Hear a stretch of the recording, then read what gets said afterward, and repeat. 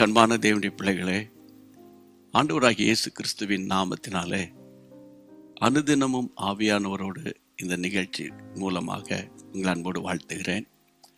இந்த அனுதினமும் ஆவியானவரோடு நடப்பது, பேசுவது, பழகுவது எத்தனை இனிமையாக இருக்கிறது அல்லவா? வனாந்தரமான இந்த உலகத்தில் கெடுபாடுகளும் போராட்டங்களும் நிறைந்த இந்த உத்தரம் நிறைந்த உலகத்தில் அவர்தான் நம்முடைய பாதுகாப்பின் அரண், அவர்தான் நமக்கு கோட்டை இல்லையா? அப்புறம் அவரை சார்ந்து வாழ்கிற வாழ்க்கை போல ஒரு வாழ்க்கை வேற எங்க நமக்கு கிடைக்கும்? கர்த்தருடைய பெரிய கிருபை, எனக்கும் ஒரு பெரிய பாக்கியத்தை ஆண்டவர் தந்தார்.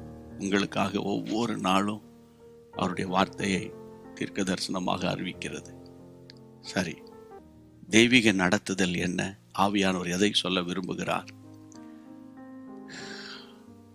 அப்போஸ்தலர் 6ஆம் அதிகாரம் 10ஆம் வசனத்தை பாருங்கள். அவன் பேசின ஞானத்தையும் ஆவியையும் எதிர்த்து நிற்க அவர்களால் கூடாமல் போயிற்று. எதிர்த்து நிற்க கூடாமல் போயிற்று அப்படின்னு ஷார்ட்டா சொல்லிட முடியாது.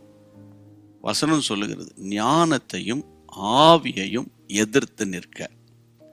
பொதுவாக பேசும்போது அந்த ஆளை எதிர்த்து நிற்க முடியாதுப்பா, ஐயோயோ அவங்களெல்லாம் நம்மளால எதிர்த்து போராட முடியாதுப்பா அப்படின்னு நம்ம பேசுவோம். ஆனா இங்க என்ன சொல்லியிருக்குன்னா, ஞானத்தை ஆவியை எதிர்த்து நிற்க முடியல.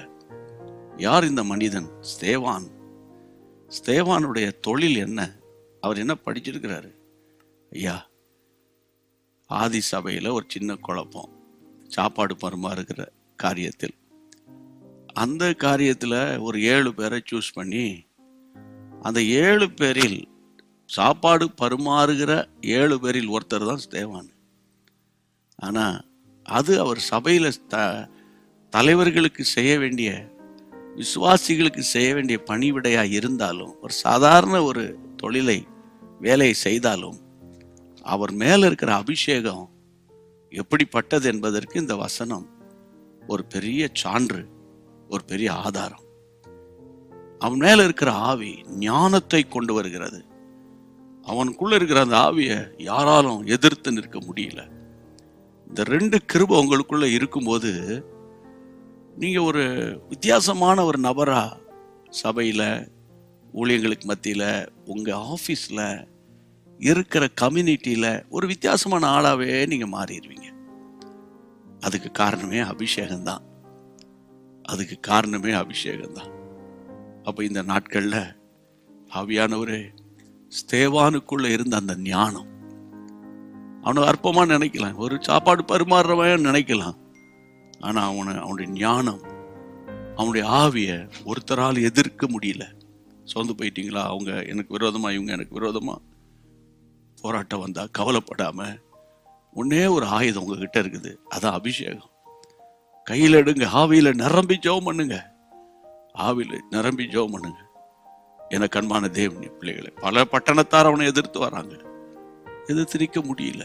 காரணம் அந்த ஒரு டிவைன் விஸ்டம், தெய்வீக ஞானம். அவன் மேல இருக்கிற அந்த ஆவி ரொம்ப ஸ்ட்ராங்கா இருக்கு, அனாயிண்டிங் ஹெவியா இருக்குது. அவனை எதிர்த்து நிற்க முடியல. அதுக்கு என்ன ரகசியம்?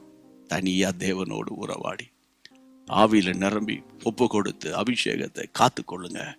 கர்த்தர் அப்படியே உங்களை இன்றைக்கு நடத்த போகிறார். ஜெபம் பண்ணிடுவோம். எங்கள் பரிசுத்த பிதாவே, இந்த ஆசீர்வாதமான வார்த்தைகளுக்காய் கோடி ஸ்தோத்திரம். அப்பா, உம்முடைய பிள்ளைகள் தங்களை அற்பமாக எண்ணுகிறார்கள். காரணம் குறைந்த வருவாய், ஏழ்மையான நிலைமை, சாதாரண குடும்ப நிலைமை, போராட்டமான வாழ்க்கை, சமுதாயத்தில் தலை நிமிர்ந்து நிற்க முடியாத ஒரு சூழ்நிலை.